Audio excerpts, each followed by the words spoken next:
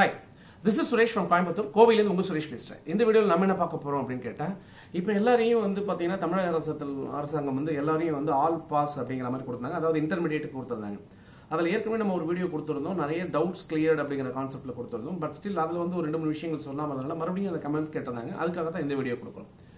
இப்போ எப்படி கேட்டிங்கன்னா, இன்டர்மீடியேட் ஸ்டூடெண்ட்டை பொறுத்தவரை மார்க் எப்படி போடுவாங்க அப்படிங்கிறது நிறைய பேர் டவுட் கேட்டிருந்தாங்க. அதுக்காக தான் இந்த கிளாரிஃபிகேஷன். ஏற்கனவே யூஜிசி அண்ட் ஏஐசிடி சொன்ன மாதிரி அந்த மார்க், அதாவது நீங்கள் ப்ரீவியஸ் செமஸ்டரில் எடுத்த மார்க், அந்த மார்க்கில் 50% எடுக்க போகிறாங்க. இப்போ கரண்ட் செமஸ்டரில் நீங்கள் எழுத இன்டர்னல் மார்க்ஸ் அப்படிங்கிறத எடுக்க போகிறாங்கன்னு சொல்லியிருந்தோம். 50-50ங்கிற மாதிரி. அப்போ ஒரு ஸ்டூடெண்ட் கேட்டிருந்தாங்க, என்ன கேட்டிருந்தாங்க அப்படின்னா, சார் நான் போனதில் நிறைய பேப்பர் கப்பு வாங்கியிருக்கேன் சார், இப்போ மறுபடியும் ஃபெயில் ஆயிடுவேனா அப்படின்னு கேட்டிருந்தாங்க. ஸோ அந்த ஃபெயில் ஆயிடுவீங்களா இல்லை பாஸ் பண்ணுவீங்களா அப்படிங்கிற கான்செப்ட் கிடையாது. 50-50ங்கிறது எடுக்க போகிறாங்க. ஒருவேளை நீங்கள் போன தடவை ரொம்ப கம்மியான மார்க் வாங்கியிருந்தீங்க அப்படின்னா கண்டிப்பாக உங்களுக்கு ஃபெயிலியர் ஆகிற சான்சஸ் இருக்கும். பட் ஃபெயிலியர் சான்சஸ் ரொம்ப கம்மி அல்லது ரொம்ப லெஸ் சான்ஸ் தான் இருக்கும். ரீசன் அப்படின்னு சொல்கிறோன்னா, இப்போ நம்ம இன்டர்னல்ஸை பேஸ் பண்ணி மார்க் இருக்கிறத நம்ம அஸ்யூம் பண்ணிக்கலாம். ஃபார் எக்ஸாம்பிள், இப்போ இருக்கக்கூடிய எல்லா பிரைவேட் இன்ஸ்டிடியூஷன்ஸாக இருக்கட்டும், மேக்ஸிமம் எல்லா இன்ஸ்டிடியூஷன்ஸ்லையும் என்ன பண்ணுவாங்க அப்படின்னா, தன்னுடைய ஸ்டூடெண்ட்டுக்கு மினிமம் 14 அப்படிங்கிற கான்செப்டை வச்சிருப்பாங்க கண்டிப்பாக. அப்போ 14 மார்க்ஸ் அப்படிங்கிறது ஆல்மோஸ்ட் 70% உங்களுக்கு. அப்போ நீங்கள் இன்டர்னல்ஸில் எப்படி இருந்தாலும் நீங்கள் 70% ஆஃப் மார்க் எடுத்துனீங்கன்னா அந்த 14 ரீச் ஆக முடியும். அந்த 14ங்கிறத மேக்ஸிமம் வச்சிருப்பாங்க.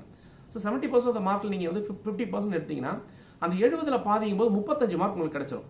ஸோ இந்த செமஸ்டரில் நீங்கள் எழுதின எக்ஸாமினேஷன்ஸுக்கு 35 மார்க் உங்கள் கையில் மெஜாரிட்டி ஆஃப் த ஸ்டூடெண்ட்ஸுக்கு கிடைக்கும் கண்டிப்பாக.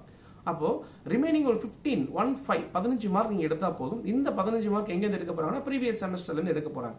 இப்போ ப்ரீவியஸ் செமஸ்டர் நீங்கள் அரியரே வச்சிருந்தாலும் கூட 15 மார்க் அப்படின்னு உங்களுக்கு வேணுங்க. அப்போ அங்கே 30 மார்க் எடுத்துருக்கணும். நீங்கள் இப்போ 30 மார்க் எடுத்துருந்தீங்கன்னா அதுலேருந்து 15 எடுத்துப்பாங்க. அந்த 15 ப்ளஸ் இங்கே 35 மொத்தமாக பார்த்தீங்கன்னா உங்களுக்கு 50 மார்க்குங்கிறது வந்துடும். அப்போ 15 மார்க் அப்படிங்கிறது கூட நீங்கள் எடுக்காமல் போனதில் எக்ஸாம் எழுதியிருந்தீங்க அப்படின்னு கேட்டால், அந்த மாதிரி நிலைமையில் உங்கள் எக்ஸாம் இருந்திருந்தா கண்டிப்பாக ரிசல்ட் நெகட்டிவாக தான் வரும்.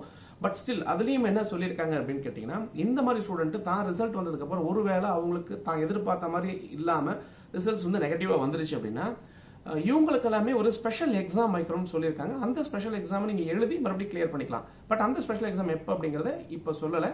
கொரோனா இஷ்யூஸ் எல்லாம் செட்டில் டவுன் ஆனதுக்கப்புறம் தான் அந்த எக்ஸாம் வரும் அப்படிங்கிற மாதிரி தோணுது. இப்போ அவங்க கான்சன்ட்ரேட் ஆகிட்டு ஃபைனல் இயர் எக்ஸாமினேஷன்ஸுக்கு தான் கான்சன்ட்ரேட் பண்ணிட்டு இருக்காங்க. ஏன்னா நேற்று கூட பார்த்தீங்கன்னா உங்களுக்கு அந்த ரீவால்யூஷன் பண்ணதுக்கு அந்த ரிசல்ட்டை கொடுத்துருக்குறாங்க ஏற்கனவே. அந்த ரிசல்ட் வந்ததுக்கப்புறம் ஏன்னா இப்போ ஃபைனல் ஸ்டூடெண்ட்ஸ் ஒருவேளை அந்த ரீவால்யூஷன் போட்டவங்களுக்கு மறுபடியும் பாஸ் பண்ணியிருந்தாங்கன்னா இமீடியட்டாக நெக்ஸ்ட் எக்ஸாம் எழுத வேண்டாங்கிறதுனால இமீடியட்டாக டக்குன்னு ரிசல்ட் பப்ளிஷ் பண்ணியிருக்காங்க. அதனால ஃபைனல் இயர்ஸ்க்கு நடக்கும் போல தான் தெரியுது. பட் ஸ்டில் வெயிட் பண்ணி பார்ப்போம். ஏன்னா திடீர்னு பார்த்தீங்கன்னா லாக்டவுன் கொடுக்குறாங்க. இப்போ ஒரு பக்கம் கொரோனா இருக்குது, இன்னொரு பக்கம் எக்ஸாம்ங்கிற மாதிரி இருக்குது. நம்ம பொறுத்து பார்க்கலாம். நெக்ஸ்ட் ஏதாவது அப்டேட்ஸ் இருந்தால் நெக்ஸ்ட் வீடியோவில் பார்க்கலாம். தொடர்ந்து பேசுவோம். இணைந்திருங்கள். உங்களுடன் சுரேஷ், இணையத்திலும் இதயத்திலும். நன்றி.